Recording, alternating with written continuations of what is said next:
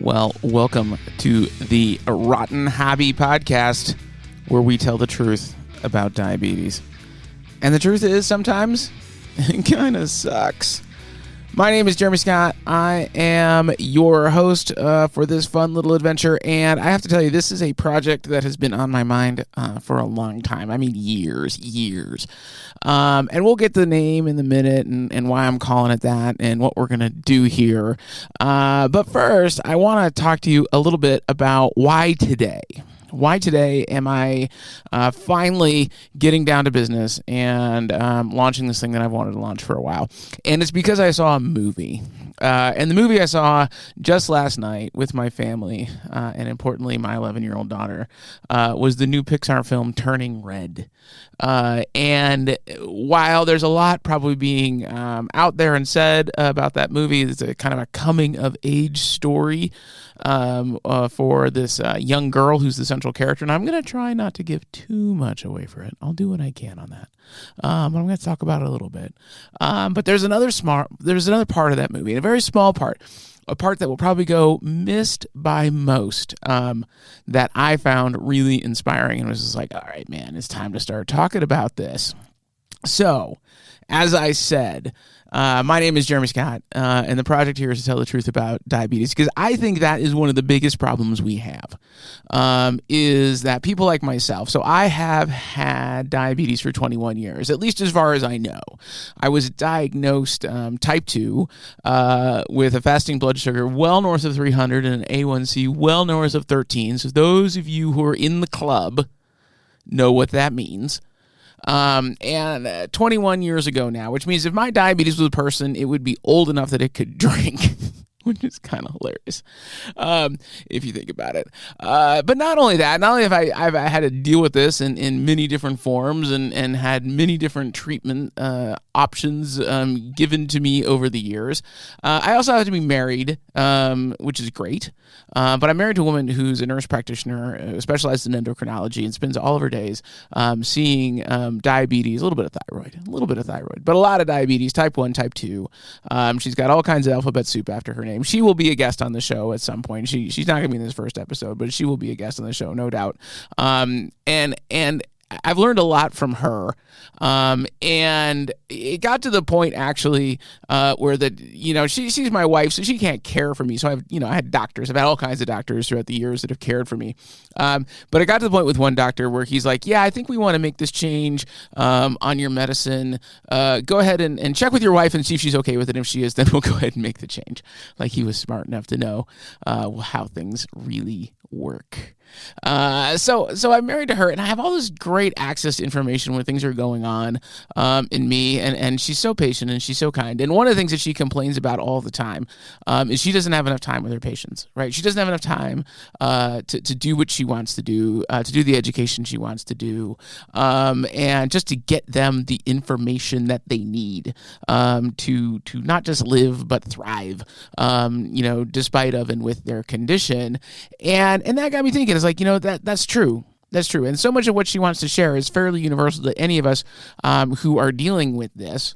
So where's the platform? Where's the venue? How do we get that information out there in a way that is also interesting, I hope, maybe a little bit entertaining, and not just dry and boring, and here's what this is, here what that is, but also layers in all those other things that are going on in our lives as people who are managing this chronic illness that we get to manage, and so where's the venue in the space for that? And I looked around and I couldn't find it, and when I found stuff out there that was good, maybe some nice, well-meaning folk, but man, some of the stuff will just put you to sleep.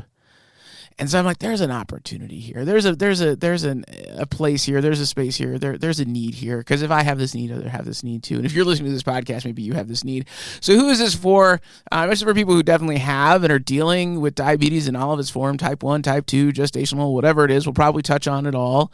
And because some of the struggles are the same, some of them are different and unique. But somewhere it's for all those people for whom their body has a less than stellar relationship with sugar. sugar, because that's really what it comes down to, right? I mean, that's what it comes down to is, for some reason, some of us have been given this gift of a body that doesn't quite know exactly what to do with the carbohydrates that saturate our lives, right? And that's the struggle. So how do we deal with that in a world that is literally swimming in carbohydrates, right? They're all over us all the time. Everybody wants to sell us the latest form of carbohydrate, whether that's the drink or the food or whatever it is. I mean, and with the commercials and all the rest of it, we're inundated by it. So how do we not only survive that, how do we make smart choices? What do we need to know? And where do we get, even more importantly, like the encouragement to just keep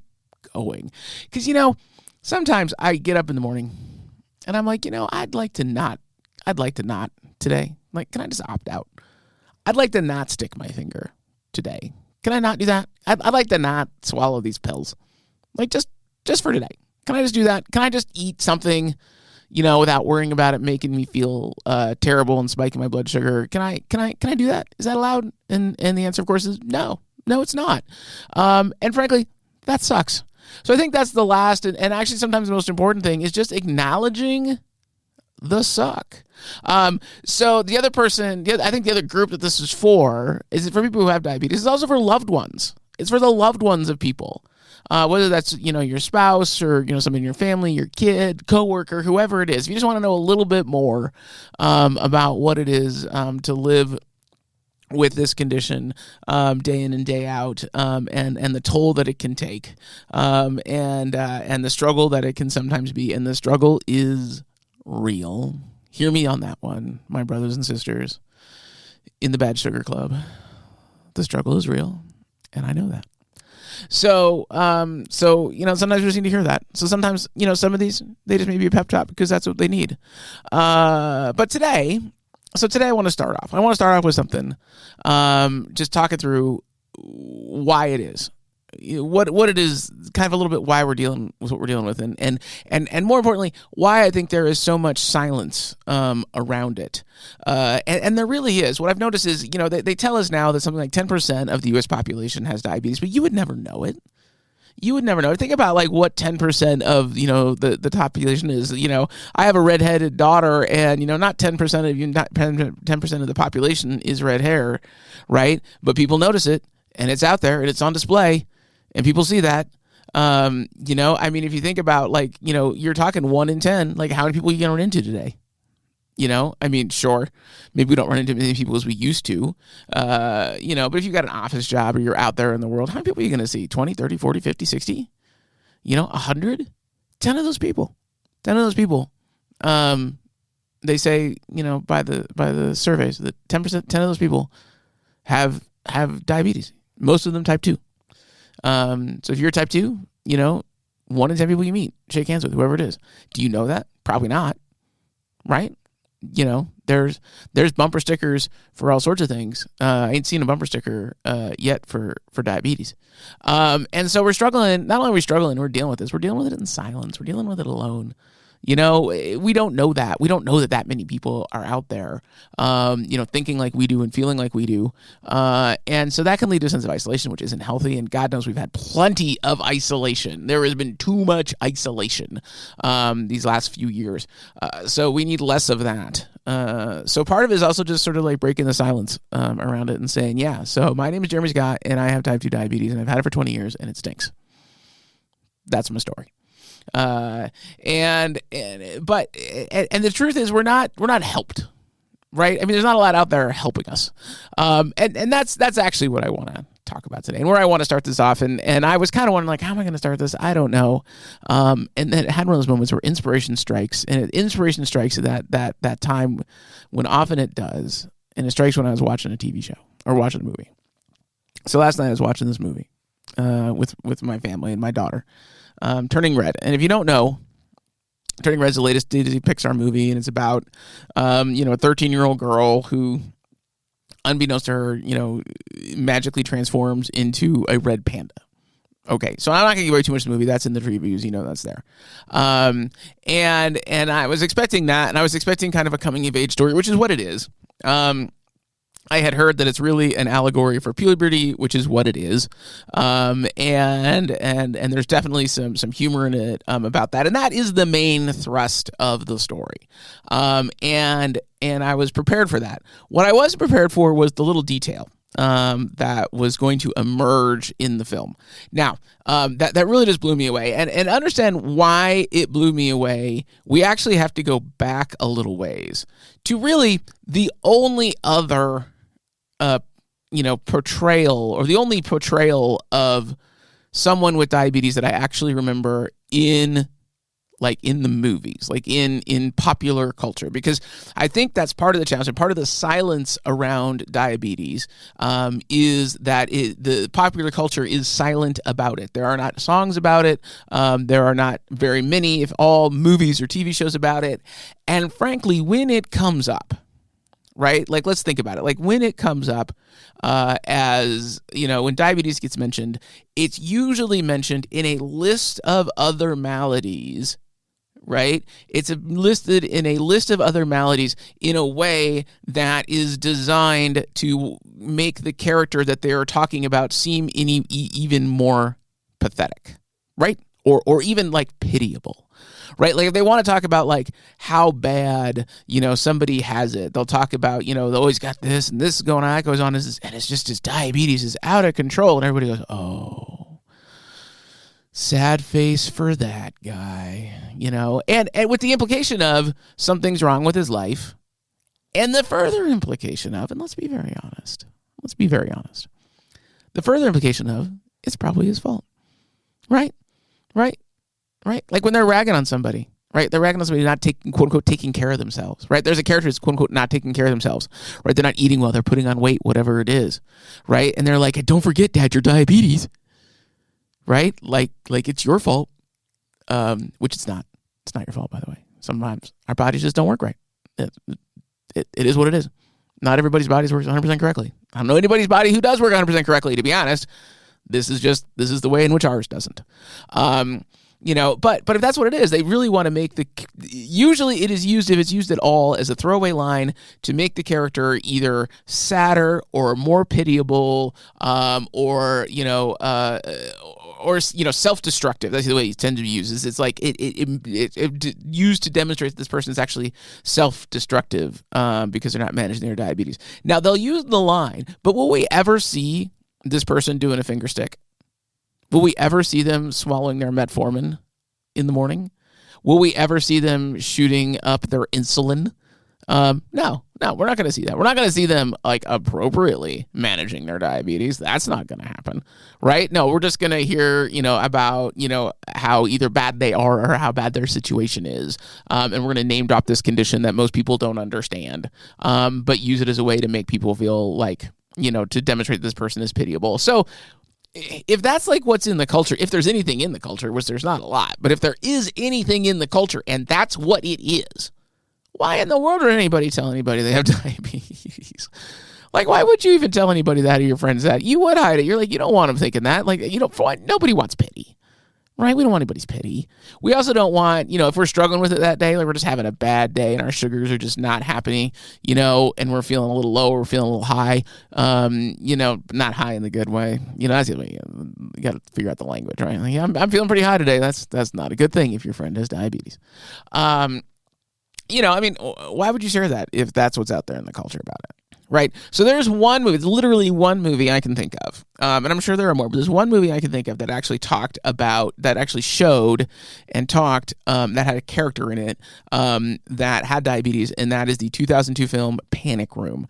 Now, this was actually the same director who did Fight Club. And of course, the director always has something to say, right? And so the movie Panic Room, if you don't remember it, it's a movie Panic Room, and it's about a mother and her daughter, and there's somebody breaks into their house and they have a quote unquote panic room, in their house because apparently they're wealthy or some such and they need to have such a thing.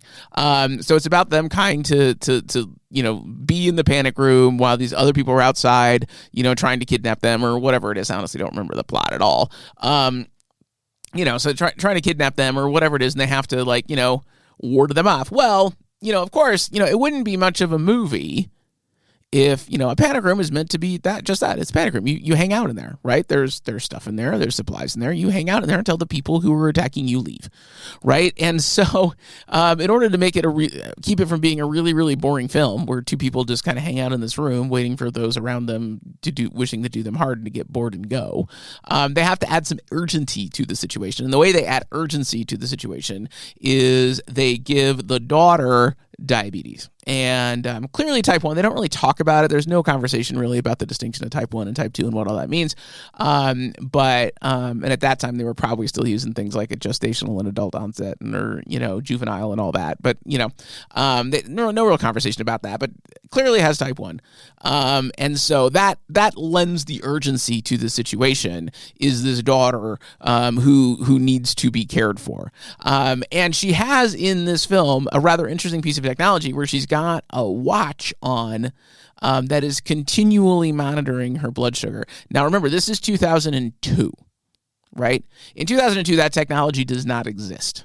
But since the movie's plot is about things like the surveillance state. I mean, it's about these cameras that she has in her house and how those cameras get turned against her and everybody's watching and all that kind of stuff. Like this idea of perpetually monitoring her daughter's condition through this magic watch, which felt like magic at the time, watch and so that we can see and sympathize, oh my God, that number's going down. And what we learn enough about blood sugar or about diabetes in the movie is that number going down is a bad thing.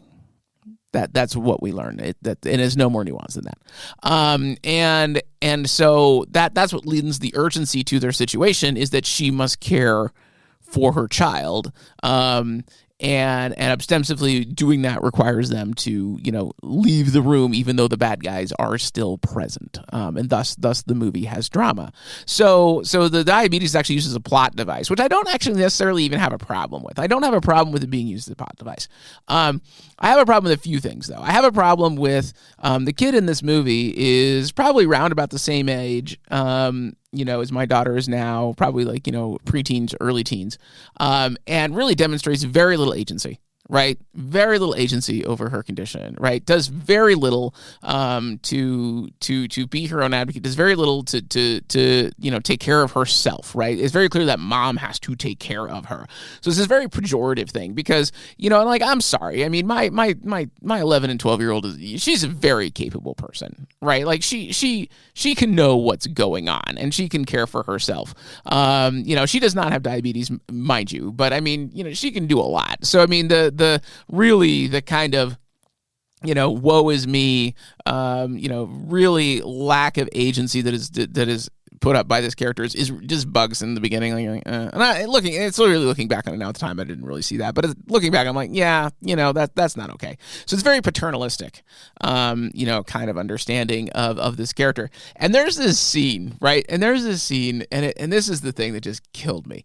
There is this scene where her blood sugar is dropping and her mom's trying to figure out what to do, and she's just desperately searching for cookies, right? Or candy or something, like the quintessential, somebody's got a low blood sugar, shove a cookie in their mouth, which is the biggest TV trope about diabetes. By the way, don't do that. Don't do that. That's not probably the most helpful thing you can do. I'll have to at some point I'll have my wife on and we'll have an episode about what you should actually do if your friend has a low blood sugar. But she's desperately searching for cookies or something to shove in her kid because her blood sugar is dropping at a pretty precipitous rate, much faster than it would. In real life, and it's fine. But she's actually throwing around all these other food supplies while she's doing it. She's throwing around all these MRE meal ready to eat packets and all this other stuff in there that are clearly full of carbohydrates. They are clearly full of, sugar. I mean, at least in that sense of the term. Just heat up one of those, right? There's plenty around you. I mean, I think there's literally a box of crackers on the shelf. Give her a cracker. What are you doing? And so that is the movie that I remember and stands out to me the most about and so really the diabetes was used as an excuse to heighten the drama because they needed a reason for these two people just not to hang out in a room. And it was incredibly paternalistic. right? So now fast forward to today, and that watch that seemed like magic, right? This idea of like, oh, you could have a watch on that just continually monitors your blood sugar. Well, that's, that does not exist in 2002. Well, it does. It does exist today. They're called CGMs. They're continuous glucose monitors. And there's a little patch, there's a little sensor that usually goes on your arm. And it's got this tiny little needle that goes just under your skin. And you kind of you clean off the area really well, and then you put this thing on there, and it can be on there for a while. I mean, several days. Exactly. I don't actually have one. I have not needed one yet, but I'm very curious about them. I know my wife has worn one, even though she doesn't have diabetes, but she wears one. She's worn one on occasion, just to help understand what her patients are doing and how, so she could be a better educator around it, which I think is awesome for her. But it just sits there and it talks to, and then it monitors your blood sugar. A lot of the newer ones will actually, you can interface with your phone. So you can have an app on your phone that kind of gives you that readout. And oftentimes if you've got the meter, it's paired with another device called an insulin pump. And so the insulin pump's job is to dole out, your insulin so basically it's a supply of insulin like in this little like device that kind of looks like an old school pager. So it kind of looks like you're rocking it, 1990 style. It's like an old school pager. And again, very small little needle, tiny little needle that you can't really feel from what I hear. That again is just you kind of put in and you can leave in for a while, so you're not having to inject yourself and break skin several times a day. You've got, this little tube that comes from this very little needle to the pump, and it's just there, and it can be there for a while. It can be there for several days. And you can then, adjust your insulin kind of in real time. So the monitor kind of tells you what's going on with your blood sugar. And then you've got this little like thing that will tell you, that will alarm if your blood sugar gets low. And then we'll give you the opportunity to adjust your blood sugar. And they're working on ones now where it can do it for you. That's obviously a big deal because too much insulin is very, very bad for you. So really most of them still need a human being involved. You have to decide to increase your insulin. I don't know that we're quite ready to let the algorithms do that for us, but we'll get there. I have no doubt. And then again, you can kind of check the whole thing and monitor the whole thing on your smartphone, and know what's going on. And and the nice thing is like your doctor can download it. Like it's awesome. Like your doctor can download what's going on, and they can see your blood sugar throughout the day. They can see how much insulin they're using. I mean, it's a remarkable tool. Just game changing for type 1s who are obviously insulin dependent for sure, because you can do that kind of real time adjustment to what's going on. But it's becoming more popular for type 2s as well, as an alternate way of managing besides things like just oral medication or things like that. So it's a game changing thing. So this exists now, which is awesome, and it exists in a lot better way than the 2002 movie Panic Room had, because part of it's like, what good is it? I mean, I guess it's good to know what your blood sugar is, but if you can't do anything about it, so those two technologies together are great. So that exists today. Now that actually brings us to the whole thing I wanted to talk about. So in this movie, Turning Red, which is a cartoon about a 13-year-old girl who turns into a red panda when she gets overly emotional, as an allegory for puberty, which is what the movie is about. There is another character, and I'm not even sure if we know the character's name. There's another random character. She's not one of the main four, the main four girls. There's another random character whom we meet originally in the bathroom when the red panda goes there to hide, and is very, very excited to see the red panda and wants to give it a hug. It's a great moment. It's adorable. You see this person twice. The first time you see her in the bathroom, she's coming out, and I catch out of the corner of my eye, on her shoulder, she's wearing kind of like a summer dress kind of thing. So it's kind of sleeveless. On her shoulder is this circle. And I'm like, huh. And immediately, for me, I go, that's a continuous glucose monitor. Like that's the sensor for a continuous glucose monitor. And it goes by quick. It's quick, you miss it. And out she goes. And I'm like, that's really interesting. I'm pretty sure that's what it was. And then she comes back later. That same character comes back later. And not only in the later scene, not only do we see her CGM, but we actually see her rocking the pager, right? We see the little pack thing for her insulin pump. And I'm like, huh, that's really interesting. And we see it, of course, while she's hugging this giant adorable panda. This movie is meant to sell toys. Let's be honest. There will be red panda toys and stuffed animals all over the place. I'm surprised my daughter has not already demanded one. But nonetheless. So we see that moment, and I'm like, I wonder if they're going to do anything with that. And they don't. I mean, and what I mean is they don't make it part of the plot. Like, is the red panda going to do something that endangers this young girl because she loses her insulin supply, blah, blah, blah. Nope. Nothing. Just there. Just out there in the world there. And in a way that if you didn't know, right? Like if you didn't know what it was, it probably wouldn't stand out to you and you probably wouldn't notice. Or at most you would notice and go, huh, what's that? Because it is by no means the main action on the screen. And what I realized in that moment was what it is that frankly, in the world, especially in the world of popular culture entertainment, that I have been craving is normalcy, right? They just let it be there, and they let it be normal. And I saw it because I knew what it was. And I'm like, how many, 1 out of 10, again, 1 out of 10 of the population, how many others know what that is? And I'm like, and how many, teen, preteen, whatever, especially like type 1s, boys and girls out there who know what those things are, saw that. And saw it just be. And let it be normal. And it didn't have to be a topic of conversation. It didn't have to be, oh, look at that. What does Johnny have now? It didn't have to be any of that. It could just be. And that's what I realized that I have been craving and missing out there in culture is I don't want to be a plot device, right?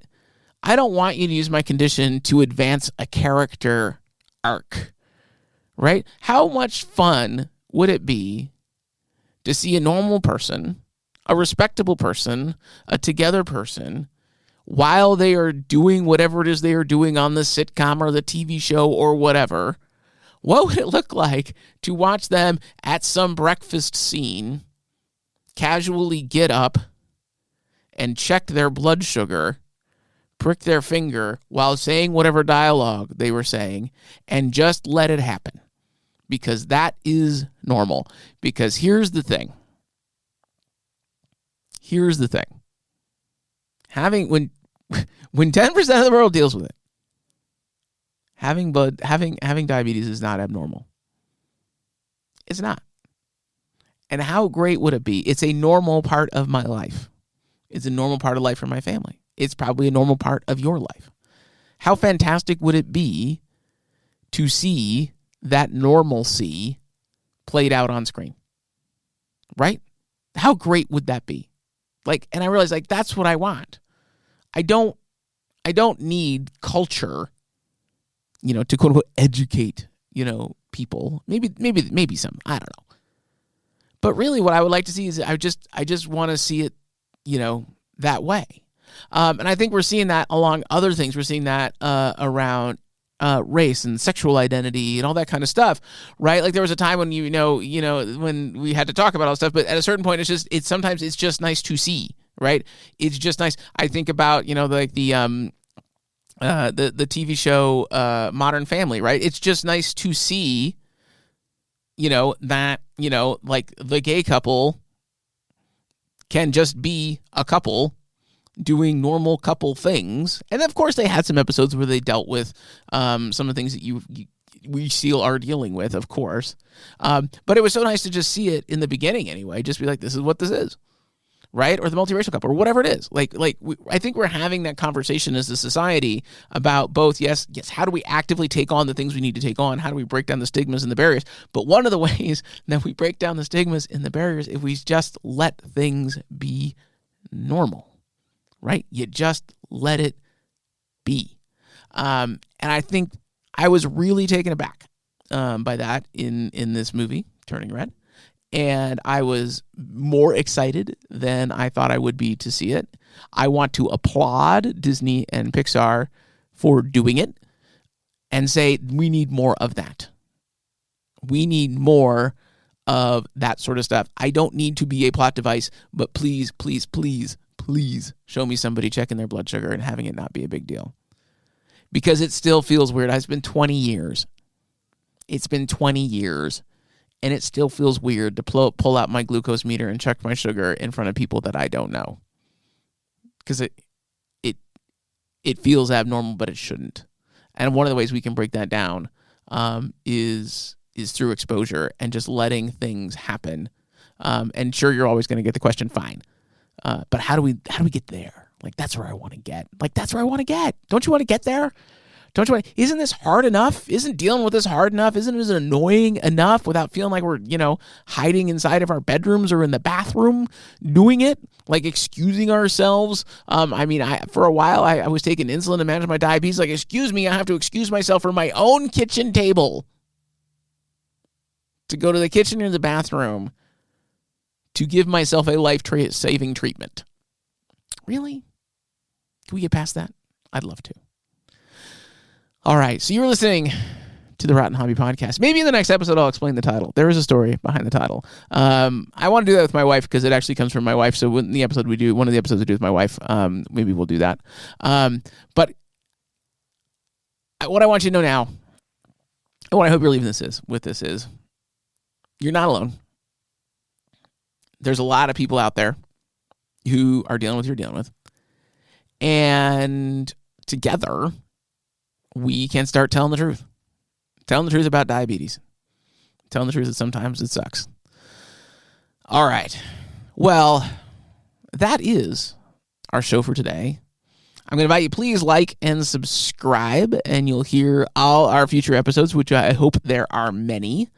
Also, share with your friends. Let them know a little about what you're dealing with, and maybe they might become better friends. This isn't just for those who are struggling, it's for those who care about who they're struggling. So please like and subscribe and share with your friends. And together we will figure out how to break down the barriers that are around us.